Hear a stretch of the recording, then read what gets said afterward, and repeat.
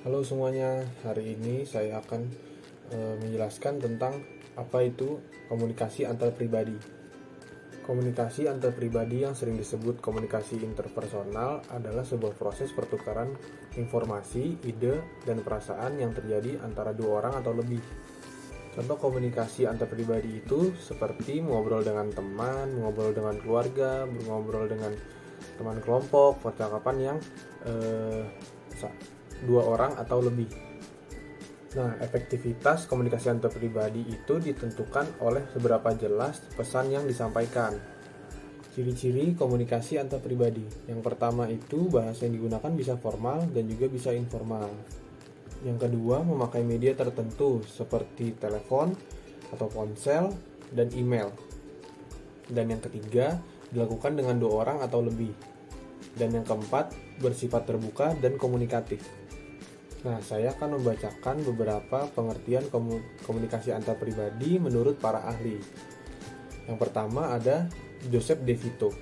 Joseph De Vito mendefinisikan komunikasi interpersonal sebagai proses pengiriman dan penerimaan pesan antar dua orang atau kelompok kecil yang memberikan efek umpan balik atau feedback. Yang kedua menurut Effendi. Menurut Effendi, komunikasi interpersonal adalah komunikasi yang terjadi pada dua orang dan melakukan percakapan. Kontak tersebut bisa bertatap muka atau melalui telepon sehingga menimbulkan timbal balik atau feedback. Nah, selanjutnya saya akan menjelaskan tentang proses komunikasi interpersonal atau antar pribadi. De Vito menjelaskan model komunikasi interpersonal secara umum. Mengutip dari jurnal Proses Komunikasi Interpersonal bawahan tunarunggu atau wicara dengan atasannya, yang dibuat oleh Immanuel Komala Wijaya.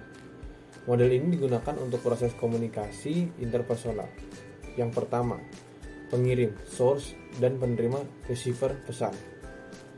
Dalam komunikasi interpersonal, ada dua orang atau lebih yang berkomunikasi. Salah satu orang mempunyai peran mengirim pesan dan yang satu lagi adalah orang yang menerima pesan atau receiver. Yang kedua, ada message atau pesan.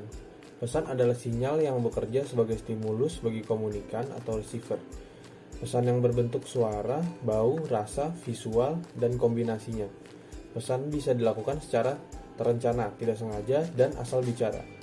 Pada komunikasi interpersonal, dapat mengirim dan menerima pesan bisa diekspresikan secara verbal dan nonverbal. Pesan nonverbal bisa berupa gestur tangan, gerak mulut, dan mata. Yang ketiga, ada feedback. Feedback atau umpan balik. Feedback adalah reaksi yang muncul ketika seseorang menyampaikan pesan. Feedback tersebut muncul dari lawan bicara kita. Seperti kita menyampaikan pesan, lalu orang yang kita ajak bicara itu menimbulkan reaksi seperti kaget, seperti tertawa, seperti malah bersedih, seperti itu. Yang keempat, ada kalimat pembuka.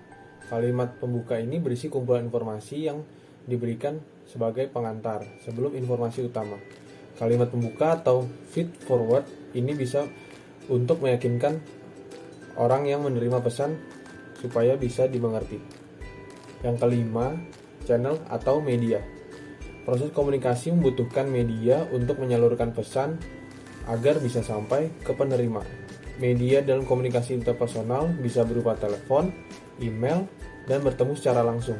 Untuk di zaman sekarang kita bisa menggunakan WhatsApp, Instagram, dan lain-lain. Twitter juga bisa. Dan yang keenam, ada noise atau hambatan. Dalam komunikasi interpersonal, ada hambatan yang bisa mengganggu. Hambatan ini bisa menghalangi penerima pesan memproses informasi. Orang yang menerima pesan bisa salah paham. Contoh, hambatan dalam komunikasi interpersonal misalkan mati listrik, yang menyebabkan saluran komunikasi kita bisa terhambat. Dan kalau mengambil contoh dari zaman sekarang itu bisa dengan kuota. Misalkan kita sedang bertelepon dengan teman kita. Jika tiba-tiba kuota kita habis, telepon akan terputus dan komunikasi yang kita sampaikan, informasi yang kita sampaikan tidak tersampaikan dengan baik. Nah, selanjutnya saya akan menjelaskan apa itu perbedaan komunikasi interpersonal dan intrapersonal. Perlu diketahui jika komunikasi interpersonal terjadi percakapan antara dua orang atau kelompok kecil. Sedangkan komunikasi intrapersonal adalah komunikasi dari bahasa dan pikiran dalam diri komunikator. Contoh, komunikasi interpersonal adalah berdoa, bersyukur, introspeksi diri, dan berbicara dengan pada diri sendiri. Komunikasi ini penting untuk memahami diri sendiri. Dan itu saja yang saya sampaikan dalam menjelaskan tentang proses komunikasi interpersonal. Terima kasih.